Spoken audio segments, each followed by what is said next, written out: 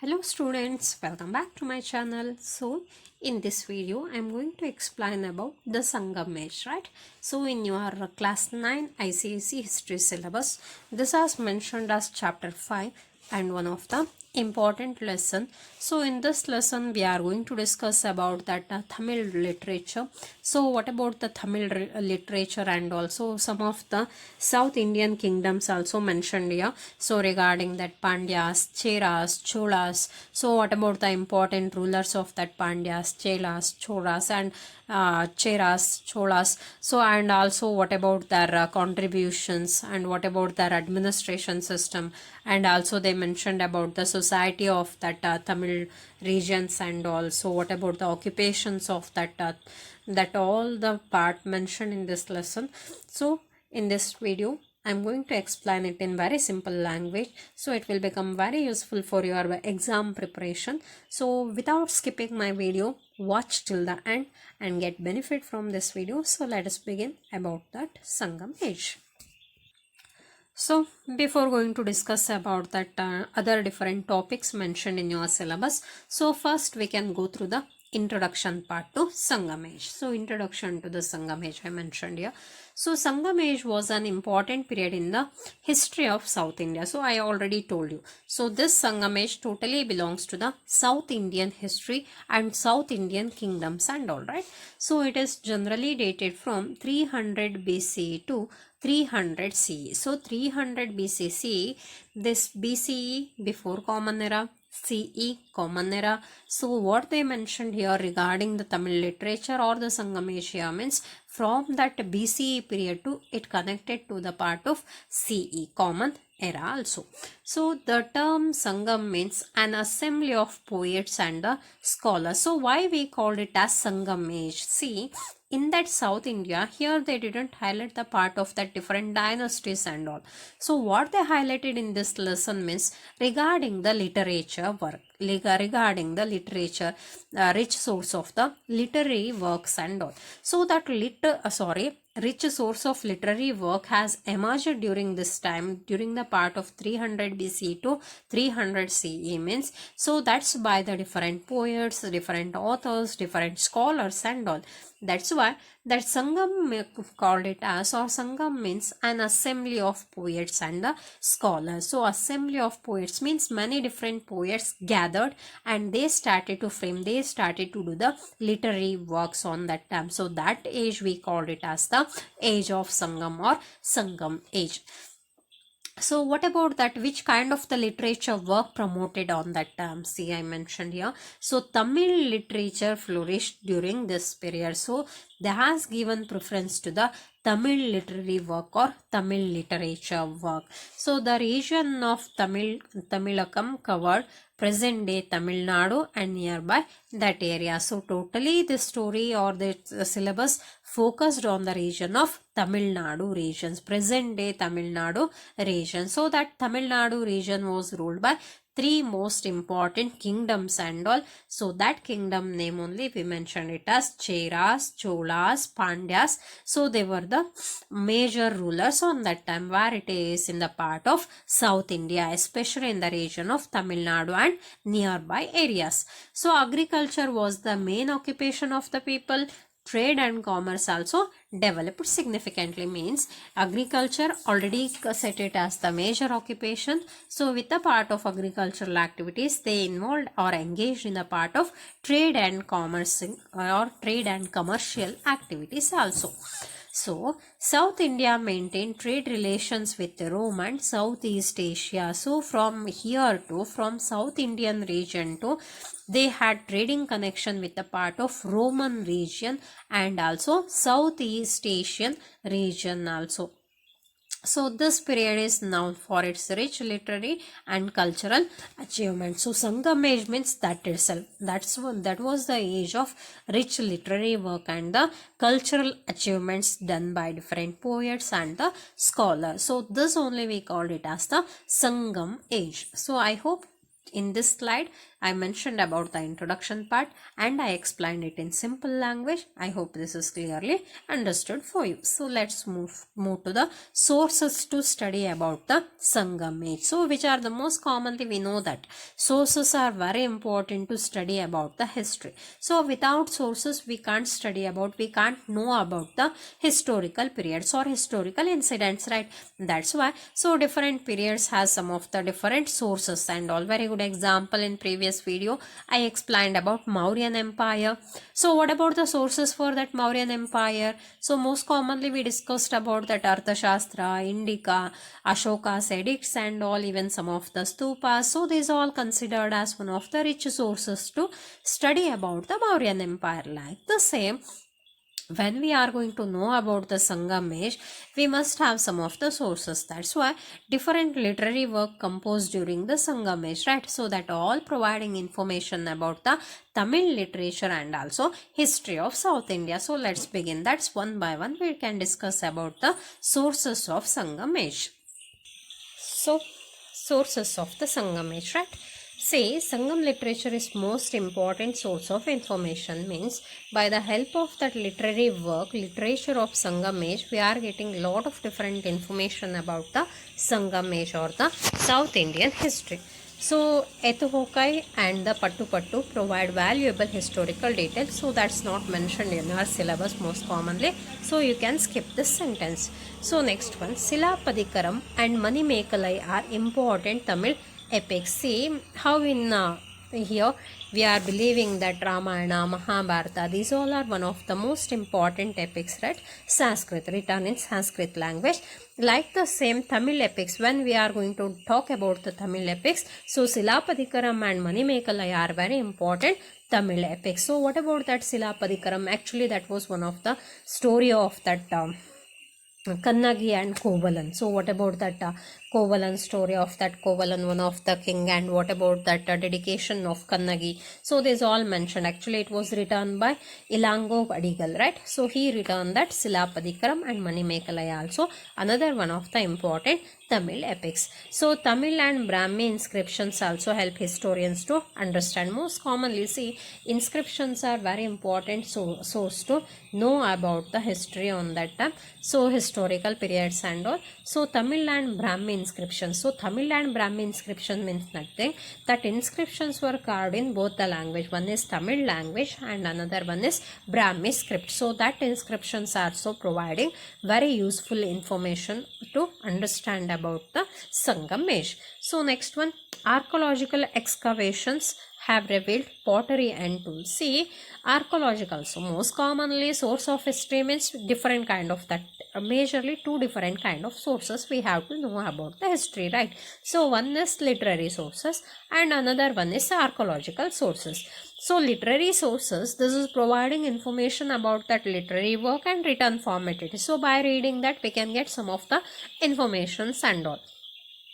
Like the same, archaeological sources, this is revealing about some of the potteries, tools used on that time, which kind of the weapons were used by the rulers of that period, and also these kind of, especially different monuments and all, different historical buildings, so different coins based, and also this all information we can get it by the help of the archaeological sources. That's why this Sangam age, that archaeological excavation revealed about the pottery and the tools used by the people of Sangam age.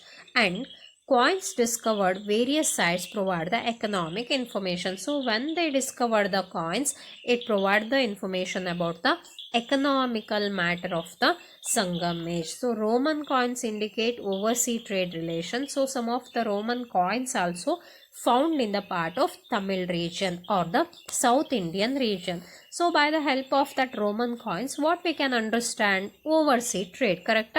Means this Tamil region people, Sangam age people, they had trade relation with the Roman regions, Rome region and all, even Southeast Asian region also.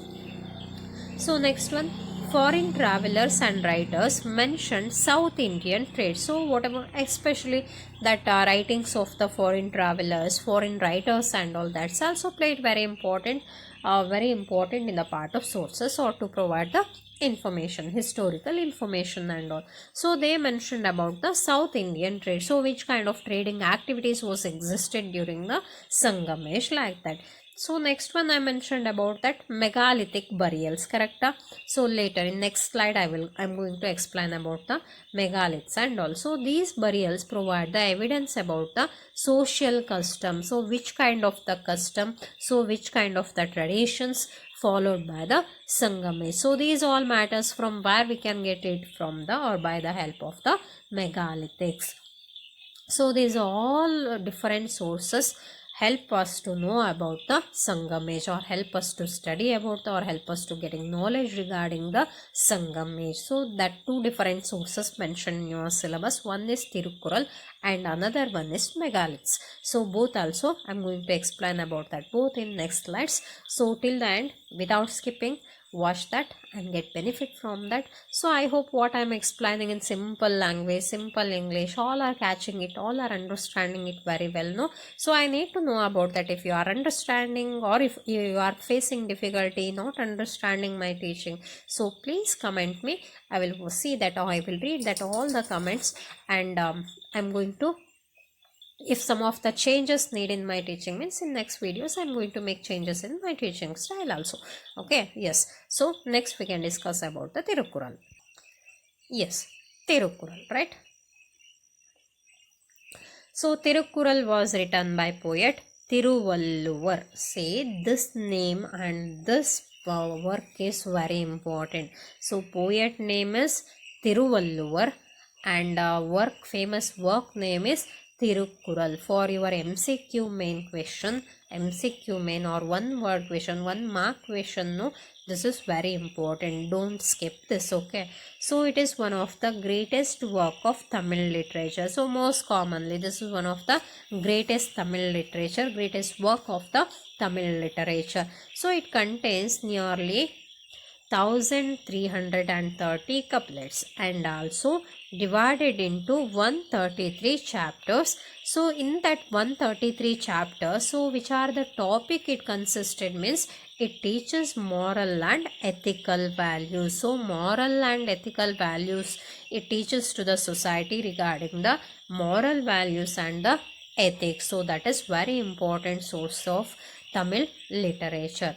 And also it emphasizes truth, honesty and justice. So and also they mentioned about what about the importance of truth, honesty and justice in the life and society. And also it provides guidance for rulers and the administrators. Say in this Tirukkural, they not only mentioned about the moral values, ethics, regarding the truth, honesty, justice, what that individual should follow in their life. No, not only that, and also they mentioned about, they suggested the rulers for the administrative system. So which kind of the administration system must be followed in the empire. So regarding that also mentioned in the part of Tirukkural. So next one, it explains the duties of individuals in society. See, what about the important literary source it is? Imagine that.